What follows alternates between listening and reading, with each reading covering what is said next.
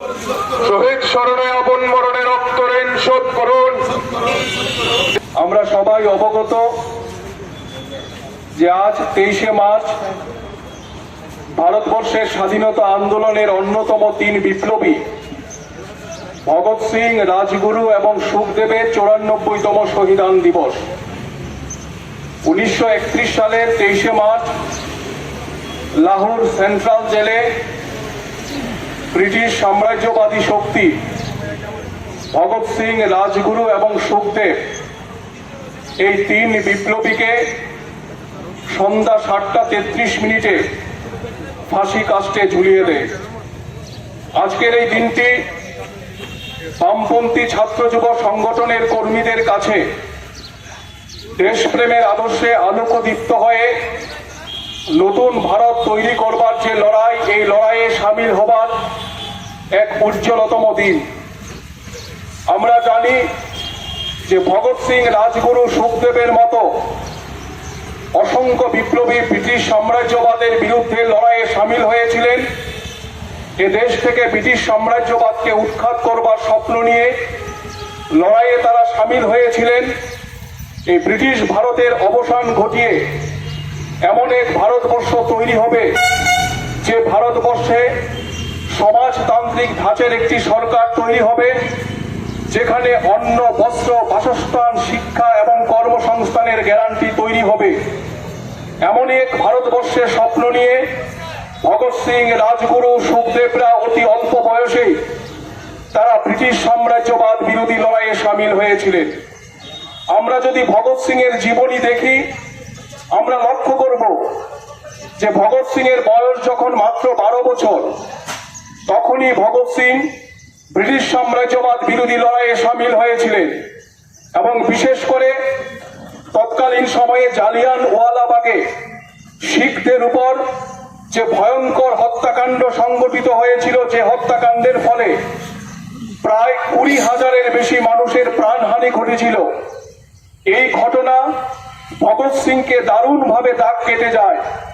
এবং স্কুলে পড়ার সময় ভগৎ সিং এই জালিয়ানওয়ালাবাগ হত্যাকাণ্ডের যে ঘটনা যেখানে সংঘটিত হয়েছিল, সেখানে ছুটি গিয়ে এই হত্যাকাণ্ডের স্থান থেকে মাটি সংগ্রহ করে সেই মাটি বোতলের মধ্যে ভরে রেখেছিল এবং প্রতিদিন এই বোতলের সামনে দাঁড়িয়ে ভগৎ সিং শপথ গ্রহণ করত যে ব্রিটিশ সাম্রাজ্যবাদকে ভারতবর্ষের মাটি থেকে উৎখাত করতে হবে। তার পরবর্তী সময়ে আমরা জানি ভগৎ সিংরা বারে বারে এই অত্যাচারে ব্রিটিশ সাম্রাজ্যবাদের বিরুদ্ধে নানান পদ্ধতিতে, নানান কায়দায় তারা আক্রমণ সংগঠিত করে ব্রিটিশ সাম্রাজ্যবাদের ভিতকে তারা নাড়িয়ে দিতে সক্ষম হয়েছিল। আজকে আমাদের দেশ ভারতবর্ষ স্বাধীন হয়েছে, কিন্তু দুর্ভাগ্য আমাদের যে ভগৎ সিং, রাজগুরু, সুখদেবরা যে ভারতবর্ষের স্বপ্ন দেখেছিলেন, যে ভারতবর্ষের ছবি তারা দেখেছিলেন, সেই ভারতবর্ষ আজকে স্বাধীনতার এতগুলো বছর পেরিয়ে যাওয়ার পর তৈরি হয়নি। আজকে ভারতবর্ষের মাটিতে ধর্ম এবং জাতপাতের নাম করে বিভাজনের রাজনীতি তৈরি করা হচ্ছে। সাম্প্রদায়িকতার নাম করে ভারতবর্ষের ছাত্র যুবদের যে মূল সমস্যা, কর্মসংস্থানের সমস্যা, শিক্ষার সমস্যা, এই সমস্যাগুলোকে আড়াল করে দেওয়ার জন্য চেষ্টা করা হচ্ছে।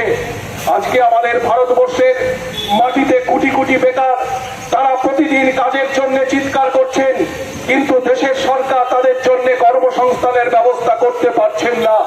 অথচ আমরা জানি এই ভারতবর্ষে যখনই নির্বাচন আসে, তখন নির্বাচনের সময় প্রতিশ্রুতি দেওয়া হয়, কখনো ঘরে ঘরে রোজগার, কখনো মিস কলে চাকরি, কখনো বছরে 2 কোটি বেকারের চাকরি, নানান প্রতিশ্রুতি দেওয়া হয়।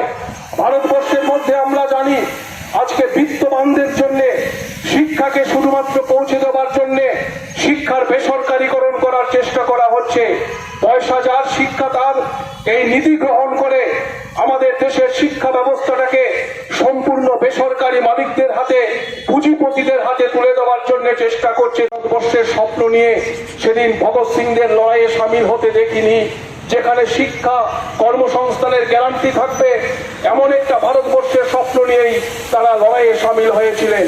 ফলে আজকের দিনে আমরা মনে করি বামপন্থী ছাত্র যুব সংগঠনের কর্মীদের কাছে একটা নতুন দায়িত্ব, নতুন একটা পরিস্থিতি তৈরি হয়েছে। যে পরিস্থিতির সামনে দাঁড়িয়ে আগামী দিনে আমাদের ভারতবর্ষ, এই দেশের সংবিধান, ধর্ম নিরপেক্ষতার যে ঐতিহ্য, তাকে রক্ষা করবার জন্য সমস্ত দেশপ্রেমিক শক্তিকে একযোগে সামিল হতে হবে।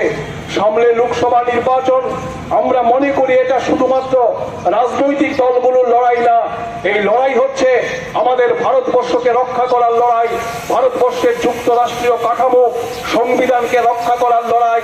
এই লড়াইয়ে সমস্ত দেশপ্রেমিক মানুষকে এগিয়ে আসার আমরা আহ্বান জানাচ্ছি।